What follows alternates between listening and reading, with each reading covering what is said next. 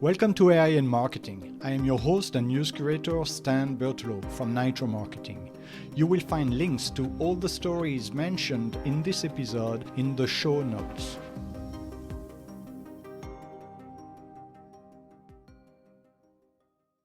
Hello, this is Nia, your voice for today's headlines. It's Monday, April 6. Here is what we are covering. The emergence of agentic AI, marked by tools like OpenClaw, Antigravity, and Claude, is reshaping industries and raising concerns about job security and ethical use. OpenClaw, an open-source tool, allows deep system access for tasks like inbox management and content curation, akin to a robotic assistant with autonomy over user data. Antigravity, developed by Google, functions as a coding agent, streamlining the development process by acting like a junior developer capable of building and testing applications. Claude, from Anthropic, focuses on automating legal tasks, impacting legal tech and SaaS markets by offering specialized domain knowledge in legal and financial sectors. The potential for misuse of these AI agents is significant, as they require substantial trust in providers to prevent data leaks or unfair advantages. Open-source tools like OpenClaw lack centralized oversight, complicating governance. Despite these risks, agentic AI presents opportunities to reduce human cognitive load by handling routine tasks, allowing humans to focus on more complex activities. Ensuring responsible AI use involves implementing accountability, transparency, and security measures, along with a shared ontology to standardize communication across diverse systems. By establishing ethical guidelines and a trust framework, these agents can become valuable assets in enhancing productivity and efficiency across various domains. Next, hackers have leaked the source code for Anthropic's Claude code on GitHub, embedding malware in some copies. Anthropic is issuing takedown notices to remove these copies. The FBI has classified a cyber intrusion into its surveillance systems as a major incident, suspecting Chinese involvement. This breach, involving unclassified systems with sensitive data, highlights ongoing vulnerabilities in the FBI's infrastructure. A 22-year-old student, Benjamin Brundage, played a key role in dismantling 4 major botnets, including Kim Wolf, by gathering intelligence and collaborating with law enforcement. Meanwhile, North Korean hackers are suspected of stealing $280 million from the Drift crypto platform, contributing to nearly $300 million in crypto thefts this year. Cisco has also fallen victim to a supply chain attack by the Team PCP hacker group, which compromised security software to steal source code and user credentials. In other news, Apple released patches for iOS 18 to combat the dark sword hacking technique, which infects iPhones via malicious websites. The U.S.-Israel conflict with Iran continues, with Iran threatening U.S. tech companies. Shipping disruptions in the Strait of Hormuz are impacting the global economy, and concerns are rising about potential damage to Iran's nuclear facilities from U.S. strikes. Meanwhile, Rivian is set to introduce its AI assistant to its electric vehicles in early 2026, following a 2-year development effort. This assistant will be available across all existing models, including the R1T truck and R1S SUV, and will allow users to control climate settings and other infotainment tasks. It will also integrate with third-party apps, starting with Google Calendar through an agentic framework developed by Rivian engineers.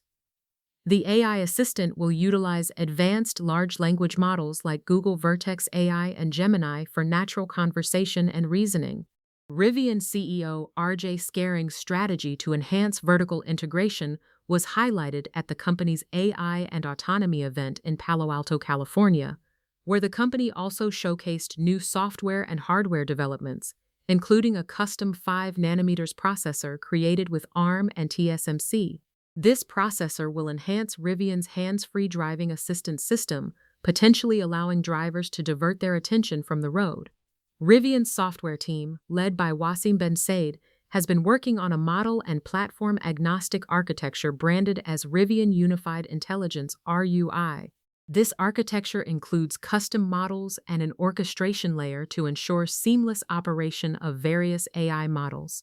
RUI will not only power the AI assistant, but also improve vehicle diagnostics, acting as an expert assistant for technicians by analyzing telemetry and history to identify complex issues. On a different note, AI-generated videos have become a tool in Hungary's election campaign, with Prime Minister Viktor Orbán's Fidesz party using them to target rival Péter Magyar. A controversial video falsely depicting a Hungarian soldier's execution was shared by Fidesz, alleging Magyar would involve Hungary in the Ukraine war. Despite these tactics, Magyar's TISA party leads in polls. Fidesz's campaign includes claims that Magyar supports Ukraine financially and would impose conscription, which TISA denies. AI videos have also been used to depict European Commission President Ursula von der Leyen in discussions with Magyar. Relations between Hungary and Ukraine have soured, with anti-Ukrainian sentiment rising. Magyar counters Fidesz's narrative through social media, appealing to younger voters. In other news, OpenAI is undergoing significant leadership changes as Fiji Simo, CEO of AGI Deployment, takes medical leave for several weeks. Greg Brockman, OpenAI's president, will oversee product teams during her absence. Simo, who joined OpenAI in August 2025, previously managed consumer-facing products like ChatGPT and Codex. She recently closed the Sora app to focus on core products, aligning with OpenAI's potential IPO plans. Brad Lightcap, the Chief Operating Officer, is moving to a special projects role, overseeing forward-deployed engineers. Kate Rauch, the Chief Marketing Officer, is also on medical leave due to breast cancer treatment and will return in a more focused role. OpenAI is searching for a new CMO and a Chief Communications Officer following Hannah Wong's departure in January. Chris Lehane is temporarily leading the communications team. An OpenAI spokesperson stated the company remains committed to advancing research, expanding its global user base, and enhancing enterprise applications. OpenAI recently raised $122 billion, valuing the company at $852 billion, marking the largest funding round in tech history. Shifting gears, OpenAI is expanding its ChatGPT Ads by launching self-serve access, prompting PPC managers to evaluate its potential as a new acquisition channel. Initially, the ads were part of a limited, invite-only pilot in the US, which was expensive and not widely adopted. However, OpenAI's move to self-serve capabilities and expansion into countries like Canada, Australia, and New Zealand signals a shift towards broader accessibility. Despite generating over $100 million in annualized revenue from the pilot, the ads' effectiveness remains uncertain, with low click-through rates compared to other platforms. Advertisers are interested, but the platform's long-term value as a marketing channel is still unproven. The self-serve model may change this, allowing more advertisers to test its viability. ChatGPT ads could become significant if they align with user behaviors in research and decision-making, but the current hype may outpace the platform's demonstrated capabilities.